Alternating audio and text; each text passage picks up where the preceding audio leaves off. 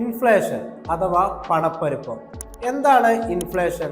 അഥവാ നമ്മൾ വാങ്ങുന്ന സാധനങ്ങളുടെയും സേവനങ്ങളുടെയും വില കൂടുന്നതിനെയാണ് നമ്മൾ ഇൻഫ്ലേഷൻ എന്ന് പറയുന്നത്. ഇപ്പോൾ ഇന്ത്യയിലെ ഇൻഫ്ലേഷൻ എന്ന് പറയുന്നത് 7% റിസർവ് ബാങ്ക് ഓഫ് ഇന്ത്യ പറയുന്നത്. എന്നാൽ എഡ്യൂക്കേഷൻ, ഹോസ്പിറ്റൽ അതുപോലെയുള്ള മേഖലകളിൽ നമുക്ക് 10% മുകളിലാണ് ഇൻഫ്ലേഷൻ വരുന്നത്.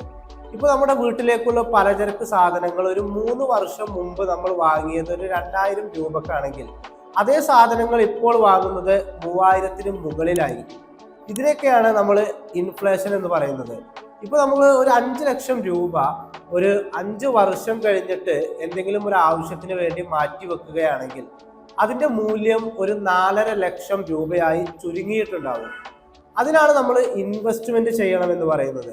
അഥവാ നമ്മളുടെ ഈ 7% ഇൻഫ്ലേഷൻ എങ്കിൽ അതിനേക്കാൾ കൂടുതൽ റിട്ടേൺസ് ലഭിക്കുന്ന ഇൻവെസ്റ്റ്മെന്റ് സ്കീമുകളിൽ നമ്മൾ ഇൻവെസ്റ്റ്മെന്റ് ചെയ്താൽ മാത്രമേ നമുക്ക് നമ്മളുടെ പൈസ മൂല്യം നഷ്ടപ്പെടാതെ നമുക്ക് ലഭിക്കുകയുള്ളൂ.